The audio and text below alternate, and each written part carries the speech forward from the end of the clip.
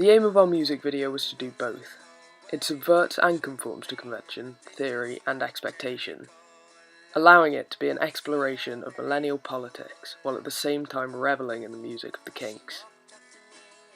Music videos for rock songs typically consist of lots of close-ups and wide shots. This pushes Goodwin's theory of the star image, as the focus is put heavily on the band to promote the brand, while breaking this up with shots that show off the locations of the video. We do absolutely conform to this, because a lot of thought had been put into the chosen locations for the video, and all contained symbolism that had aided the story. We talk more about that in the director's commentary.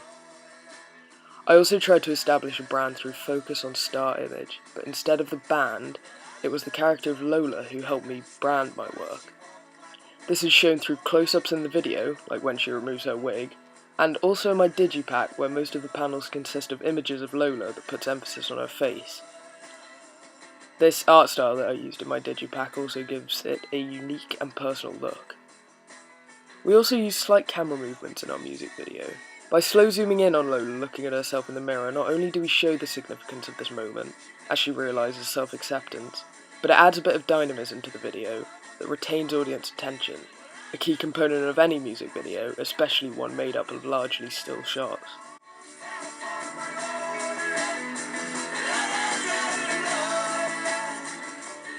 The mise-en-scène of a music video, in particular that of the rock genre, is primarily used to convey narrative. We use props like bottles and cigarettes to show the desperate state Lola is in, which in turn gave me a perfected grungy aesthetic that transcends all my media text. To create convergence with the lyrics, shots like the guys and girls sign in Stokes Croft match up with the words of the song. This is typical in a rock music video which tends to focus on performance, but we subvert this idea for the most part, not focusing on the band but instead interweaving them into the narrative. Ultimately though, we conform to the method many music videos use, which was to use location and props to coincide with lyrics and tell a story. Only our story was rooted in commentary on social constructs, a way of us building on the tried and tested methods of video making and attracting a niche but loyal fan base, which we see in our final focus group. The editing was key in our music video because of its lack of focus on the band. Lots of music videos for rock songs focus more on the movement of the band and quick editing to maintain a fast pace. But because we weren't having performance throughout, we used editing as a vehicle to keep a lively speed. That's why we cut to the distinctive first beats of the song at the beginning. It opens the video with momentum and draws the viewer into the world we created. The aforementioned grunge helped me denote the tone of rock and roll in the video, through the low lighting and grimy colour scheme. In my digipack, I furthered this aesthetic by paying homage to bands like Arctic Monkeys, through the black and white panel of our band. Not only does the heavy shadows and motion-blurred band members conform to the stereotypical image of a rock band album, but also fits with the themes of hidden identity and chaos in both the Digipack magazine advert and music video. This is similar to the method of designing the band to appeal to a mass audience, wherein they are dressed and made up to look fashionable and hip. But we totally subverted this. The band were there to tell Lola's story, and the fact that they were interwoven into the narrative thematically meant that they had to blend in visually as well.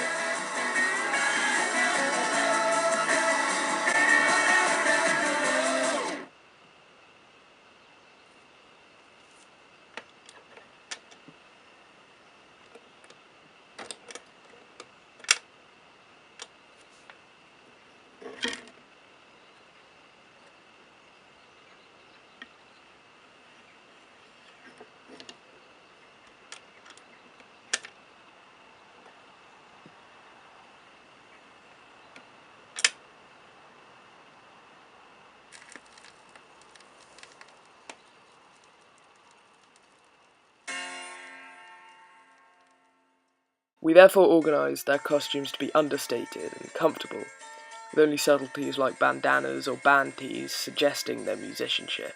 Out of all my texts, the mag ad was probably the most conformist. That's by no means a bad thing, but where the music video and digipack subvert convention, the advert does what an advert should: exploit the recognisability of the Kinks and emphasise the release date to promote sales of the digipack/album.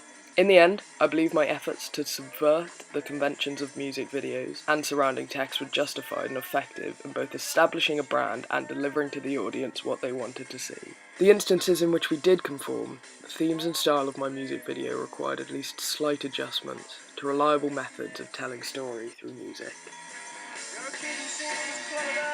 I put the shovel up below me. I pulled another cup right